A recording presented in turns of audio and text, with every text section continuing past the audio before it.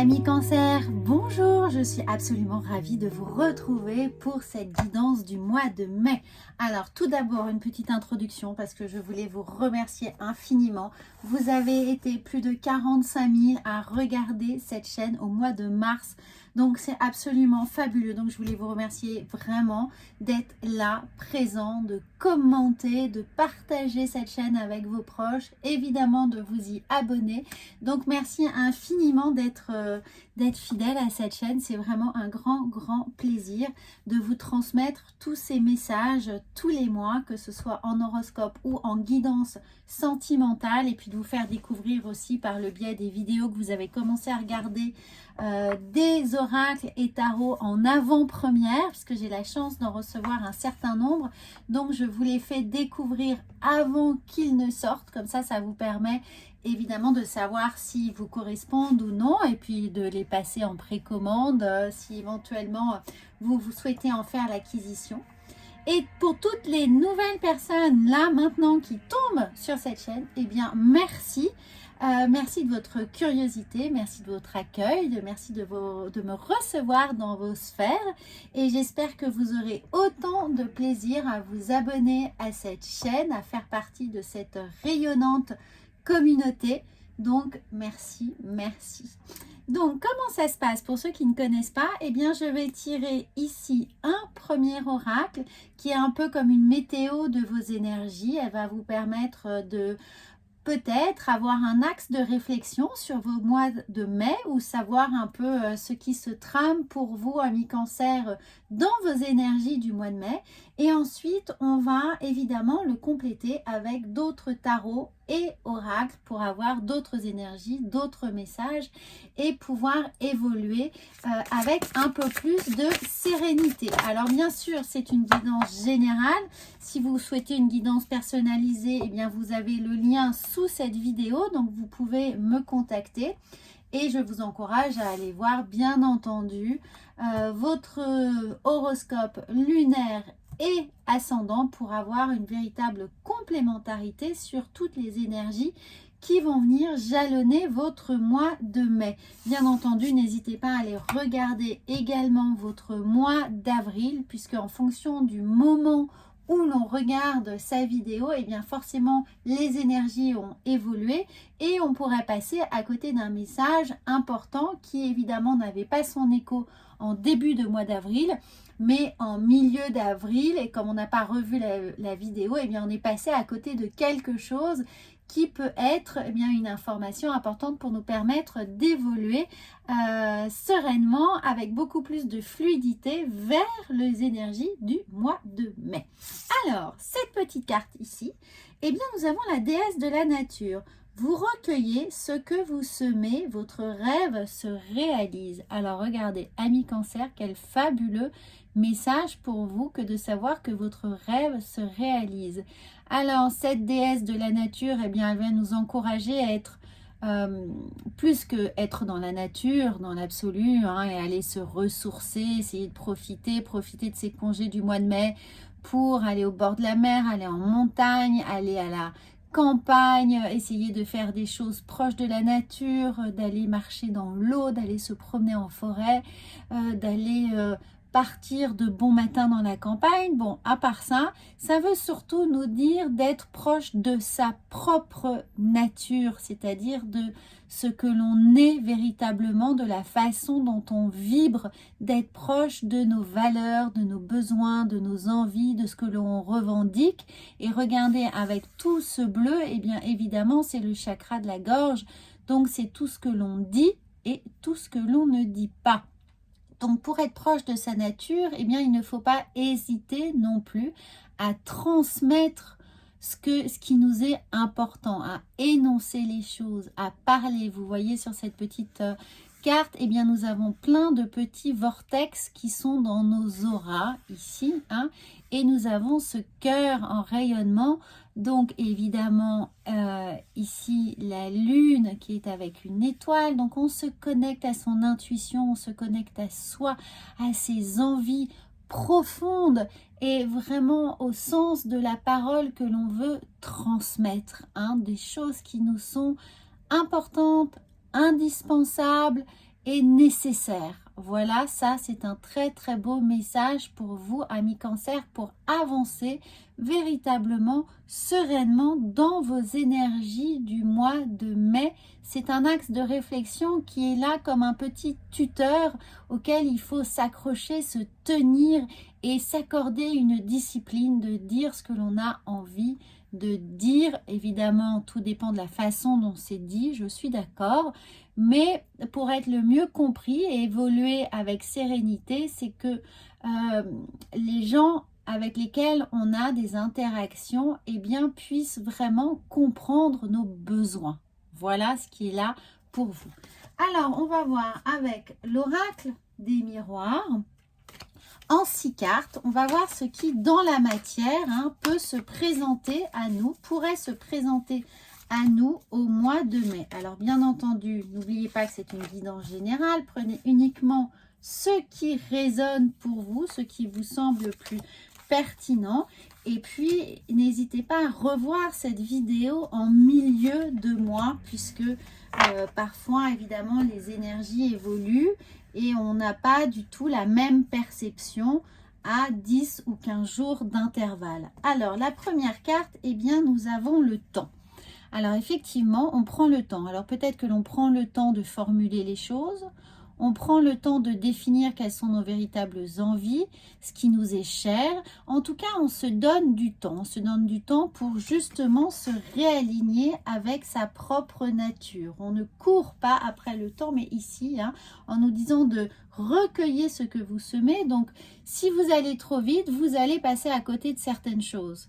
Donc, prenez le temps de bien détailler ce qui est important. Alors, nous avons l'étranger. Alors, certaines personnes ont peut-être l'envie de s'expatrier. L'étranger, ça peut être bien sûr hors de sa région, ce n'est pas forcément le bout du monde. Donc, il y a une réflexion qui se pose pour toutes les personnes qui ont envie ou de partir à l'étranger en vacances, ou de s'expatrier, ou de partir dans des déplacements professionnels et des allers-retours continus, de bien s'organiser, en fait, de poser les choses. Pour toutes les personnes qui sont en déplacement, prenez le temps de bien poser votre programme, votre organisation, que les choses puissent vraiment être fluides pour vous. Ensuite, pour l'étranger, ça peut représenter l'envie de sortir de sa zone de confort, d'aller explorer des nouveaux territoires. Et dans l'idée de nouveaux territoires, ça peut être des nouveaux territoires professionnels. Donc, de changer de voie, de faire une formation, de se réorienter professionnellement. Et puis, sur un domaine sentimental, ça peut aussi vouloir dire d'aller chercher l'autre, d'aller chercher quelqu'un hors de notre sphère habituelle. L'étranger, c'est hors de notre sphère habituelle, hors de nos sentiers de recherche. Alors peut-être que pour certaines personnes, ça va être via les réseaux sociaux, via des applis, en allant adhérer à un club, en faisant une activité nouvelle. Peu importe, mais il y a l'idée d'aller explorer d'autres territoires, quelle que soit la sphère à laquelle vous raccrochez cette idée d'étranger. Et bien sûr, vous aurez la guidance sentimentale qui sera en ligne la semaine prochaine. Donc, vous pourrez également la regarder si c'est ce que vous souhaitez spécifiquement.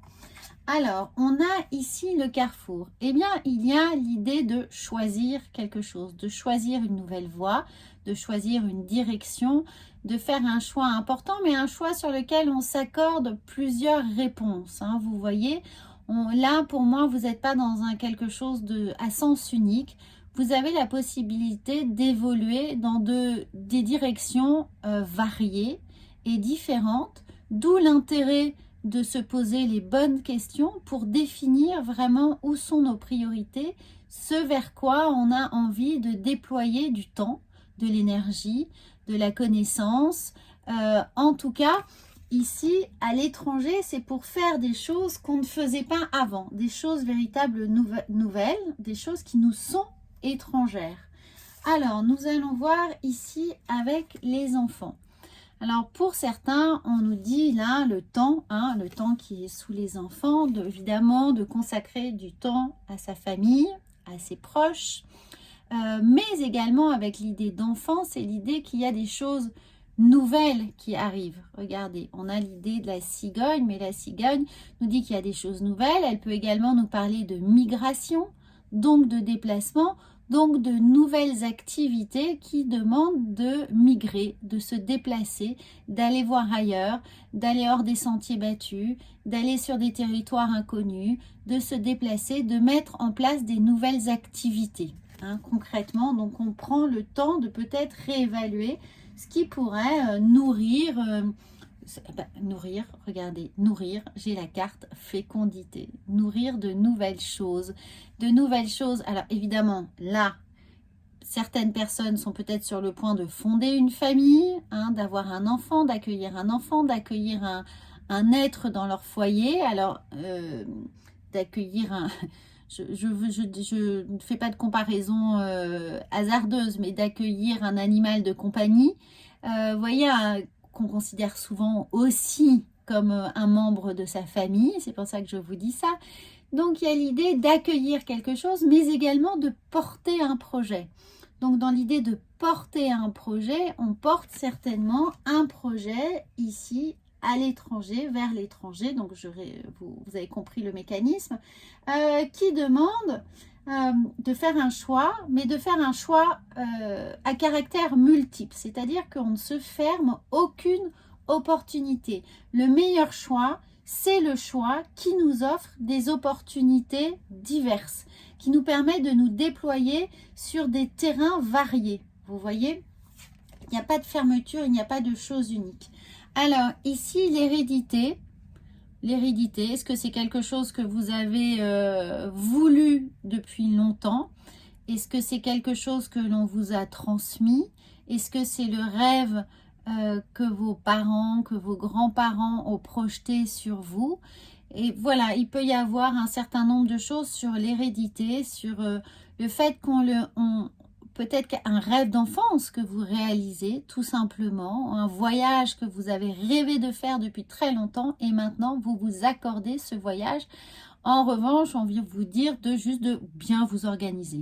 C'est la seule question, enfin c'est le seul point, l'axe de bien vous organiser pour faire les choses comme vous souhaitez vous les faire. Voilà. Alors l'hérédité, pour moi là, ça reste assez opaque, si ce n'est l'idée de faire quelque chose qui était là depuis longtemps. Alors évidemment, si c'est de fonder une famille, bon, c'est évident, l'hérédité, c'est de faire la génération d'après. Ça, voilà, ça c'est évident.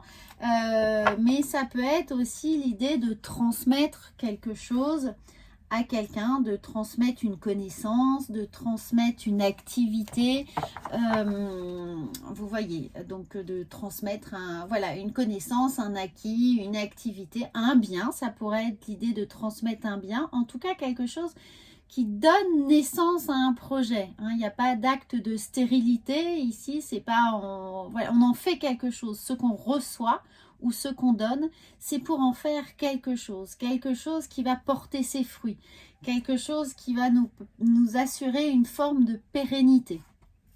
Alors, on va voir avec l'oracle de la sagesse.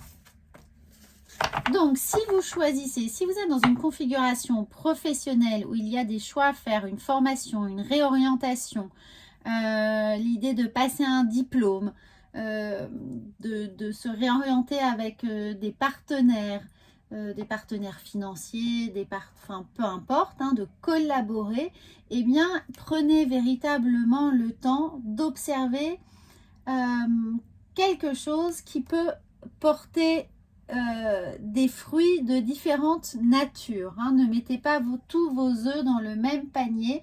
Imaginez véritablement ici, quand je vois l'hérédité, voilà, je viens de comprendre, je pense à l'arbre. Et donc, donnez à votre structure professionnelle, votre projet, donnez à votre projet plusieurs branches qui sont capables elles-mêmes de porter des fruits. Voilà, maintenant c'est très clair. Donc, si dans cette configuration professionnelle, ne vous limitez pas à un objectif, une mission. C'est un objectif, plusieurs missions. Et si c'est personnel et familial, c'est assez évident. Et si c'est sentimental et que vous êtes dans une élaboration de schéma sentimental, affectif avec votre autre, eh bien, ouvrez les possibles. Ouvrez le dialogue, ouvrez les possibles, envisagez plusieurs façons de procéder, plusieurs façons de vous épanouir, quel que soit, alors si vous souhaitez déménager, changer de région, etc., puisqu'on a l'étranger, ne vous bloquez pas sur une seule région. Essayez d'évaluer, de prendre le temps d'évaluer différentes peut-être régions, différentes villes, différentes modes d'habitation, une maison, un appartement, voilà, enfin peu importe, un bateau, si une péniche, ou de partir faire un tour du monde. En tout cas, ce nouveau projet, laissez-vous plein d'options possibles. Et regardez, ici, on a l'observateur. Donc, on observe ce que chaque proposition vient, comment chaque proposition vient vibrer en nous. Puisqu'on observe, la lune, donc on observe nos sentiments, nos ressentis. Donc on s'exerce à travailler notre ressenti. Et là, le ressenti, il est ici avec la nature. Donc on reste à l'écoute de chaque vibration émise par chaque projet pour réussir ensuite à définir celui qui nous correspond le mieux et avancer comme ça. Alors, non, je vais tirer une deuxième carte parce que je sens que l'observateur, vous avez vu, celui qui observe est un renard. Donc, on n'observe pas passivement, on observe avec, pas avec ruse, mais avec anticipation. On observe dans un but de travailler la réponse que l'on va avoir. Vous voyez, d'optimiser la réponse. C'est une observation active qui va demander une réaction, une analyse en tout cas.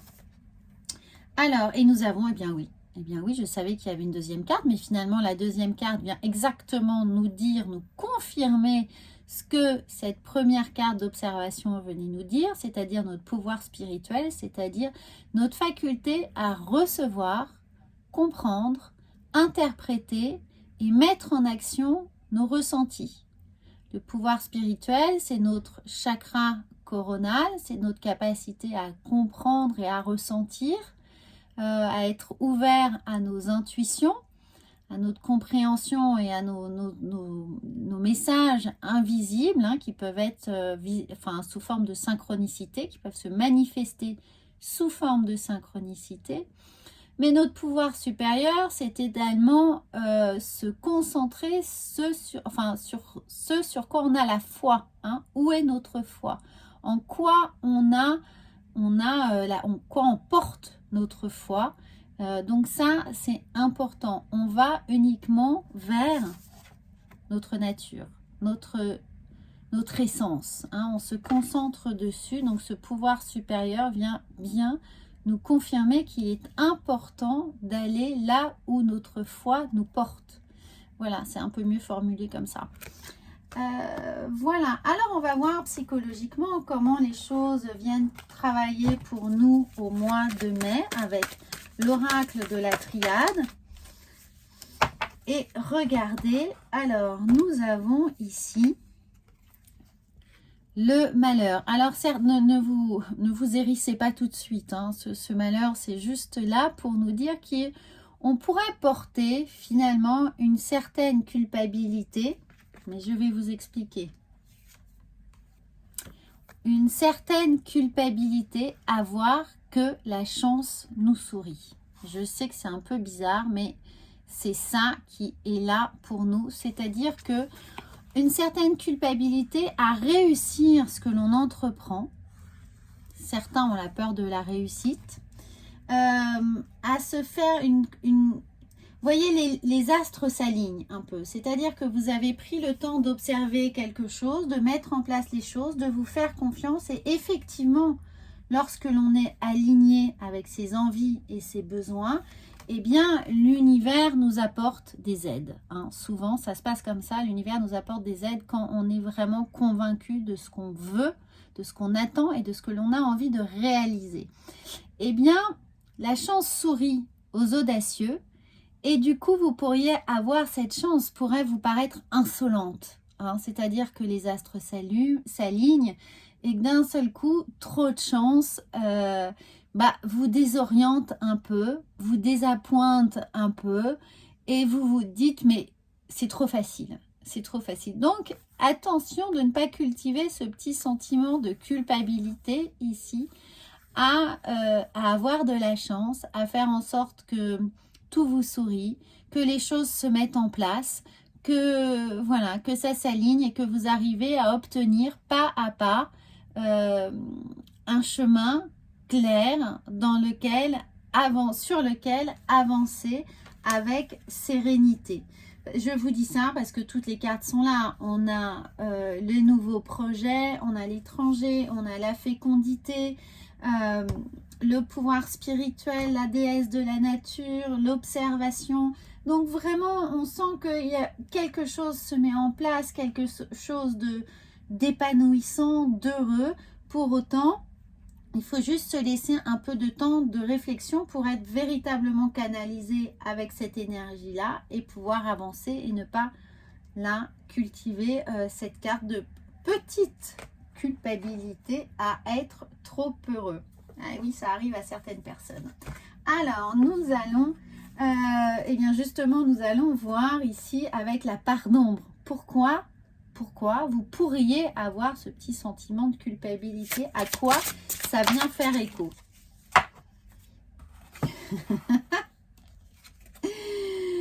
Eh bien, regardez, parce que vous avez la solution. Parce que la solution est là, la solution vous arrive. Et quand les solutions arrivent trop facilement, eh bien, c'est compliqué. Et la solution, regardez, avec les rencontres, avec les bonnes rencontres, avec le fait que les choses, encore une fois, s'alignent, que les bonnes personnes viennent se mettre sur vos chemins pour vous apporter les bonnes réponses. Voilà, la rencontre ici, c'est que l'invisible vous aide. Hein, vous voyez, l'au-delà, l'invisible, l'univers, les guides, les anges, ce en quoi vous croyez, votre monde spirituel vient effectivement vous guider et vous donne des clés, hein, vous donne des solutions, vous donne des clés, vous donne des réponses, vous donne des axes justement de réflexion sur lesquels eh bien, travailler et ouvrir des portes, les choses se libèrent pour vous. Enfin, donc, voilà, vous savez d'où vient potentiellement cette culpabilité. Alors les amis Cancer, moi j'espère que cette guidance, elle va vous porter, hein, comme sur un tapis volant, et que vous allez vous sentir merveilleusement bien au mois de mai. J'attends avec impatience vos commentaires pour savoir comment les choses arrivent pour vous. Alors n'hésitez pas, hein, encore une fois, à partager ça également avec d'autres amis Cancer ou des gens qui sont ascendants ou signes lunaires Cancer, parce que ça va les soutenir. Et puis bien entendu à partager cette chaîne si vous appréciez ces guidances, j'en serai absolument ravie. Donc abonnez-vous, partagez, je vous retrouve la semaine prochaine pour les guidances sentimentales. N'hésitez pas à télécharger le petit livret pour les tirages si ça vous intéresse. Et puis voilà, je crois que je vous ai tout dit, donc je vous dis à bientôt.